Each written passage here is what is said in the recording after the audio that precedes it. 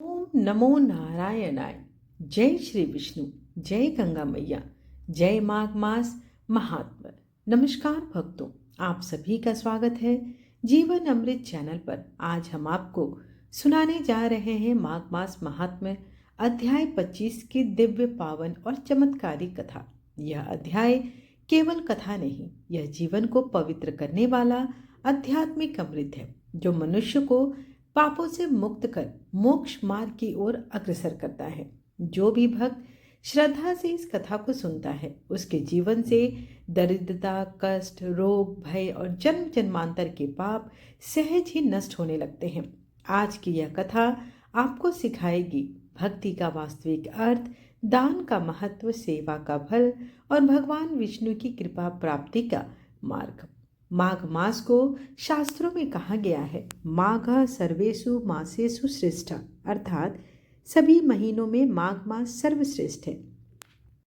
25 विशेष रूप से यह बताता है कि केवल व्रत ही नहीं बल्कि भाव, श्रद्धा, सेवा, भक्ति ही सच्चा धर्म है। इस अध्याय में बताया गया है कि अगर कोई व्यक्ति माघ मास में गंगा स्नान करता है, तुलसी पूजन करता है, विष्णु नाम स्मरण करता है, गरीबों की सेवा करता है, भूखे को भोजन कराता है, प्यासे को जल देता है, दुखी का सहारा बनता है, तो उसके जीवन के दरिद्र योग, रोग योग, पितृदोष, ग्रह बाधा, जन्म जन्मांतर के पाप और अकाल मृत्यु का भय सभी समाप्त हो जाते हैं। भगवान विष्णु स्वयं कहते हैं कि हे नारद, माघ मास में की गई भक्ति हजारों यज्ञों, करोड़ों दानों और असंख्य तपों से भी अधिक फलदायी होती है। कथा का रसपान करने से पूर्व आप सभी से यही अनुरोध है कि कथा का रसपान करने के पश्चात पीछे की कथा जरूर सुनिए, क्योंकि सारी कथाएं एक दूसरे से जुड़ी हुई है। पिशाच कहने लगा कि हे मुनि, केरल देश का ब्राह्मण किस प्रकार मुक्त हुआ, यह कथा कृपा कर विस्तार पूर्वक कहिए। देवदूती कहने लगा, केरल देश में वासु नाम वाला एक वेद पारंगत ब्राह्मण था। उसके बंधुओं ने उसकी भूमि छीन ली, जिससे वह निर्धन और दुखी होकर अपनी जन्मभूमि को त्याग कर देश विदेश में घूमता। किसी व्याधि से ग्रस्त होकर मृत्यु को प्राप्त हो गया। उसका कोई बांधव न होने के कारण उसकी और्ध्व वैदिक क्रिया नहीं हुई और न ही उसकी दाह क्रिया हुई। इस प्रकार क्रिया के लोप होने से निर्जन वन में प्रेत होकर चिरकाल तक फिरता रहा। शीत, ताप, भूख, प्यास के दुख से हाहाकार करता हुआ नंगे शरीर रोता फिरता था, परंतु उसको कहीं भी सद्गति नहीं दिखाई देती थी। सर्वथा दान न देने से वह अपने कर्म फल को भोगता था। जो लोग अग्नि में आहुति नहीं देते, भगवान का पूजन नहीं करते, वे आत्मविद्या का अभ्यास नहीं करते, अच्छे तीर्थों से विमुख रहते हैं। जो लोग दुखी लोगों को स्वर्ण, वस्त्र, तांबुल, रत्न, फल तथा जल नहीं देते तथा छल कपट से जीविका प्राप्त करने वाले, दूसरों तथा स्त्रियों का धन हरने वाले, पाखंडी, कुटिल, चोर, बाल, वृद्ध तथा आतुर और स्त्रियों पर निर्दयता करने वाले, आग लगाने वाले, विष देने वाले, झूठी गवाही देने वाले, कुमार्ग पर चलने वाले, माता पिता, भाई बहन, संतान तथा अपनी स्त्री का त्याग करने वाले, जो सब तीर्थों में दान लेते हैं, पालन करने वाले, स्वामी को त्यागने वाले, गौर तथा भूमि के चोर, वेदों की निंदा करने वाले, वृथा द्रोह करने वाले, प्राणियों की हिंसा करने वाले, देवता गुरु की निंदा करने वाले, यह सभी बार बार प्रेत, पिशाच, राक्षस तथा बुरी योनियों में जन्म लेते हैं। अतएव बुरे कर्मों से बचकर धर्म के कार्य तथा यज्ञ, दान और तप आदि करने चाहिए, क्योंकि कर्म फल अश्वमेव मिलता है। इस प्रकार प्रेत की गति देखकर पाप कर्म कदापि नहीं करने चाहिए। ब्राह्मण कहने लगे कि इस प्रकार उस केरल ब्राह्मण ने उस पर्वत पर अधिक समय व्यतीत करके एक मार्ग में एक पथिक को देखा, जो 2 गगरियों में त्रिवेणी का जल लिए हुए था। आनंद पूर्वक भगवान के चरित्र का गान कर रहा था। प्रेत ने उसका मार्ग रोककर कहा कि तुम डरो मत, इस गगरी का जल मुझको पिलाओ, नहीं तो मैं तुम्हारे प्राण ले लूंगा। देवदूती कहने लगा कि दुखी, दुर्बल, नंगे, मुरझाए हुए तुम कौन हो? पैरों से पृथ्वी को स्पर्श न करके चलते हो। लोमस जी बोले। प्रेत यह वचन सुनकर कहने लगा कि मेरे ऐसा होने का कारण सुनो। मैंने कभी ब्राह्मणों को दान नहीं दिया। अत्यंत लोभी, क्रियाहीन, दूसरे के अन्न से पलने वाला था। मैंने कभी किसी को भिक्षा नहीं दी, ना दूसरे के दुख से दुखी हुआ। प्यासे प्राणियों को मैंने कभी जल नहीं पिलाया। मैंने कभी छाता, जूता दान नहीं किया, ना किसी को जल का पात्र, पान या औषधि किसी को दी। ना मैंने अपने घर में कभी किसी अतिथि को ठहराकर उसका आदर सत्कार किया।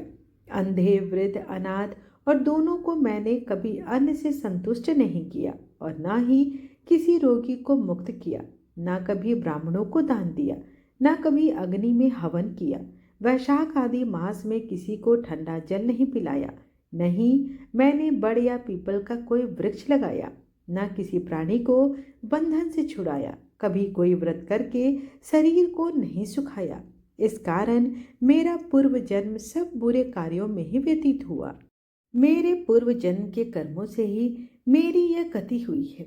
इस वन में व्याघ्र, भेड़िए से बचा हुआ मांस तथा जंतुओं के खाने से गिरे हुए फल, वृक्षों पर लगे हुए सुंदर फल तथा झरने का सुंदर जल सभी मिलते हैं, परंतु देव इच्छा से मैं कुछ नहीं खा सकता।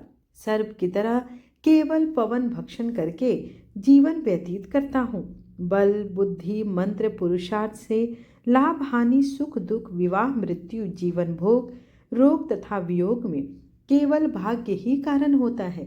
कुरूप, मूर्ख, कुकर्मी, निंदित तथा पराक्रम से हीन मनुष्य भी भाग्य से ही राज्य भोगते हैं। काणे, लूले, लंगड़े, नीतिहीन, निर्गुण, नपुंसक भाग्य से राज्य प्राप्त करते हैं। पर्वत पर भी बलवान राक्षस पिशाच रहते हैं, जिनमें से कभी कभी कोई कोई कहीं कहीं वन में फिरते हुए अपने कर्म के अनुसार अन्न जल प्राप्त करते हैं, परंतु आपको उनका भय नहीं होना चाहिए, क्योंकि धर्मात्मा पुरुषों की उनकी पवित्रता ही रक्षा करती है। ग्रह, नक्षत्र, देवता सर्वथा धर्मात्माओं की रक्षा करते हैं। यह पिशाच आप जैसे भक्त की तरफ आंख उठाकर भी नहीं देख सकते। जो नारायण भगवान की भक्ति से पवित्र रहता है, उसको प्रेत, पिशाच, पूतना कोई बाधा नहीं दे सकते। भूत, बेताल, पिशाच, गंधर्व, कांकिल, साकिनी ग्रह, रेवती, यज्ञ, मातृग्रह, भयंकर ग्रह, कृत्या, सर्प, कुष्मांड तथा दूसरे दुष्ट जंतु पवित्र वैष्णव की तरफ देख भी नहीं सकते। जिसकी जीवा पर गोविंद का नाम, हृदय में वेद तथा श्रुति विद्यमान है, जो पवित्र और दानी है, उनको कभी भय नहीं होता। हे ब्राह्मण, इस प्रकार कर्मों का फल भोगता हुआ मैं यहाँ रहता हूँ, ऐसा सोचकर मैं शोक नहीं करता।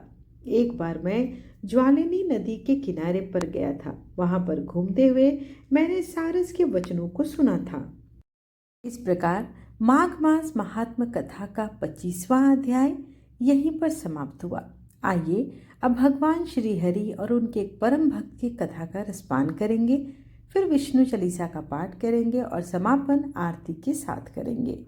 एक बार की बात है कि एक संत जंगल में कुटिया बनाकर रहते थे और भगवान श्री कृष्ण का भजन करते थे। संत को यकीन था कि एक ना एक दिन मेरे भगवान श्री कृष्ण मुझे साक्षात दर्शन जरूर देंगे। उसी जंगल में एक शिकारी आया। उस शिकारी ने संत की कुटिया देखी। वह कुटिया में गया और उसने संत को प्रणाम किया और पूछा कि आप कौन हैं और आप यहाँ क्या कर रहे हैं। संत ने सोचा, यदि मैं इससे कहूँगा कि मैं भगवान श्री कृष्ण के इंतजार में बैठा हूँ, उनका दर्शन मुझे किसी प्रकार से हो जाए, तो शायद इसको ये बात समझ में नहीं आएगी। संत ने शिकारी से पूछा, भैया पहले आप बताओ कि आप कौन हो और कहाँ यहाँ किस लिए आते हो। इस पर शिकारी ने कहा, मैं एक शिकारी हूँ और यहाँ शिकार के लिए आया हूँ। संत ने तुरंत उसी की भाषा में कहा कि मैं भी एक शिकारी हूँ और अपने शिकार के लिए यहाँ आया हूँ। शिकारी ने पूछा, अच्छा संत जी, आप ये बताइए आपका शिकार दिखता कैसे है, आपके शिकार का नाम क्या है हो सकता है कि मैं आपकी मदद कर दूं। मैंने सोचा, इसे कैसे बताऊं? फिर भी संत कहते हैं, मेरे शिकार का नाम है। वो दिखने में बहुत ही सुंदर है, सांवरा सलोना है। उसके सिर पर मोर मुकुट है, हाथों में बंसी है। ऐसा कहकर संत जी रोने लगे। शिकारी बोला, बाबा रोते हो क्यों हो? मैं आपके शिकार को जब तक ना पकड़ लूं तब तक पानी भी नहीं पीऊंगा और आपके पास नहीं आऊंगा। अब वह शिकारी घने जंगल में अंदर गया और जाल बिछाकर एक पेड़ पर बैठ गया। यहाँ पर इंतजार करने लगा। भूखा प्यासा बैठा हुआ एक दिन बीता, दूसरा दिन बीता, फिर तीसरा दिन बीता। भूखे प्यासे किरात को नींद भी आने लगी। बाके बिहारी को उन पर दया आ गई। भगवान उसके भाव पर रिझ गए। भगवान मंद मंद स्वर में से बांसुरी बजाते आए और उस जाल में खुद फंस गए। जैसे ही किरात उसे फंसे हुए शिकार का अनुभव हुआ तो तुरंत नींद से उठा और उस सांवरे भगवान को देखा जैसा संत ने बताया था। उनका रूप हूबहू वैसा ही था। वह अब जोर जोर से चिल्लाने लगा, मिल गया, शिकार मिल गया। शिकारी ने उसे शिकार को जाल समेत कंधे पर बिठा लिया और शिकारी कहता हुआ जा रहा था, आज 3 दिन के बाद मिले हो, खूब भूखा प्यासा रखा, अब तुम्हें मैं छोड़ने वाला नहीं हूँ। शिकारी धीरे धीरे कुटिया की ओर बढ़ रहा था। जैसे ही संत की कुटिया आई तो शिकारी ने आवाज लगाया, बाबा, ओ बाबा। संत ने तुरंत दरवाजा खोला और संत उस किरात के कंधे पर भगवान श्री कृष्ण को जाल में फंसा देख रहे। भगवान श्री कृष्ण जाल में फंसे हुए मंद मंद मुस्कुरा रहे हैं। शिकारी ने कहा, आपका शिकार लाया हूँ, मुश्किल से मिले हैं। संत के जैसे मानो होश उड़ गए। संत किरात के चरणों पर गिर पड़े। संत आज फूट फूट कर रोने लगे। संत कहते हैं, मैंने आज तक आपको पाने के लिए अनेक प्रयास किए प्रभु, लेकिन आप मुझे इस किरात के कारण मिले हो।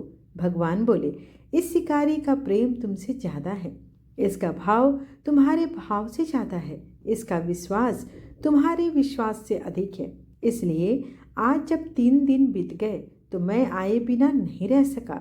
मैं तो अपने भक्तों के सदैव अधीन हूँ और आपकी भक्ति भी कम नहीं है। संत जी, आपके दर्शनों के फल से मैं इसे 3 ही दिन में प्राप्त हो गया।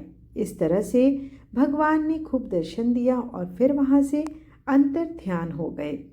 विष्णु सुनिए विनय सेवक की चितलाए, कीरत कुछ वर्णन करूं दीजे ज्ञान बताए। नमो विष्णु भगवान खरारे, कष्ट न सावन अखिल बिहारी। प्रबल जगत में शक्ति तुम्हारी, त्रिभुवन फैल रही उजियारी। सुंदर रूप मनोहर सूरत, सरल स्वभाव मोहनी मूरत। तन पर पीतांबर अति सोहत, वैजयंती माला मनमोहत। शंख चक्र कर गदा विराजे, दैत्य दैत्य असुर दल भाजे। सत्य धर्म मद लोभ न काजे, काम क्रोध मद लोभ न छाजे। संत भक्त संजन मनरंजन, दनोज असुर दुष्टन दल गंजन। सुख उपजाए कष्ट सब भंजन, दोष मिटाए करत जन सज्जन।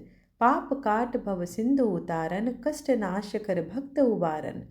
करत अनेक रूप प्रभु धारण, केवल आप भक्ति के कारण। धरनी धेनु बन तुम ही पुकारा, तब तुम रूप राम का धारा।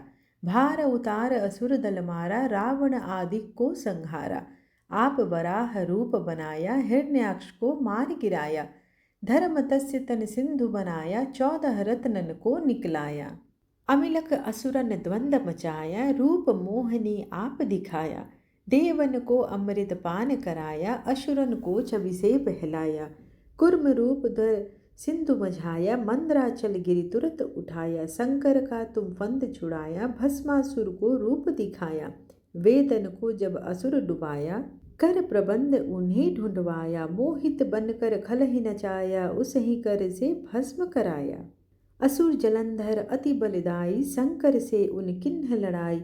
हार पार शिव सकल बनाई, किन सत से छल खल कल जाई। सुमिरन किन तुम्हें शिवरानी, बतलाई सब विपत कहानी। तब तुम बने मुनीश्वर ज्ञानी, वृंदा की सब सूरति भुलानी। देखत 3 दनुज सैतानी, वृंदा आए तुम्हें लपटानी। हो स्पर्श धर्म क्षति मानी, हना असुर उर शिव सैतानी। तुमने ध्रुव प्रहलाद उबारे, हिरण्याकुश आदि खल मारे, गणिका और अजामिल तारे, बहुत भक्त भव सिंधु उतारे। हरहु सकल संताप हमारे, कृपा करहु हरि सिरजनहारे। देखहु मैं निज दरस तुम्हारे, दिन बंधु भक्तन हितकारे। चाहता आपका सेवक दर्शन, करहु दया अपनी मधुसूदन। जानू नहीं योग्य सब पूजन, होय यज्ञ स्तुति अनुमोदन। शील दया संतोष सुलक्षण, विदित नहीं व्रत बोध विलक्षण।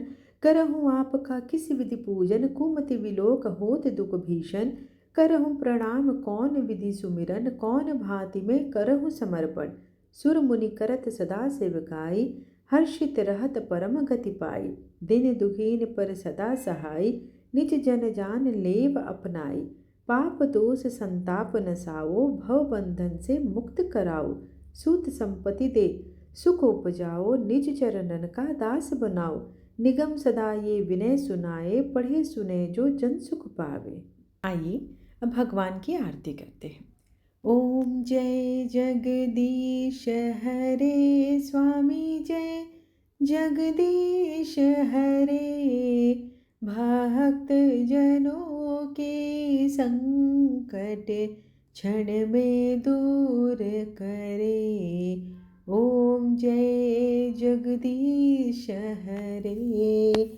जो ध्यावे फल पावे, दुख बिन से मन का सुख संपत्ति घर आवे। कष्ट मिटे तन का, ओम जय जगदीश हरे।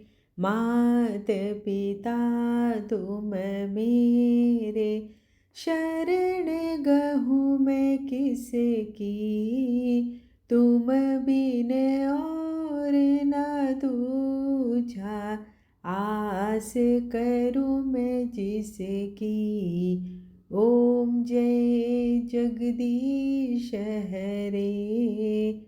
तुम पूर्ण परमात्मा, तुम अंतर्यामी।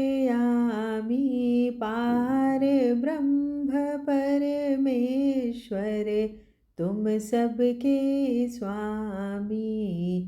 ओम जय जगदीश हरे। तुम करुणा के सागर, तुम पालन करता। मैं मूरख खल कामी, कृपा करो भरता। ओम जय जगदीश हरे। तुम हो एक अगोचर, सबके प्राणपति। किस विधि मिलूं दया मैं, तुमको मैं कुमति। ओम जय जगदीश हरे। दिन बंधु दुख हरता, तुम ठाकुर मेरे। अपने हाथ उठाओ, द्वार पड़ा मैं तेरे। ओम जय जगदीश हरे। विषय विकार मिटाओ, पाप हरो देवा। श्रद्धा भक्ति बढ़ाओ, संतन की सेवा। ओम जय जगदीश हरे। तन मन धन और संपत्ति, सब कुछ है तेरा। तेरा तुझको अर्पण, क्या लागे मेरा।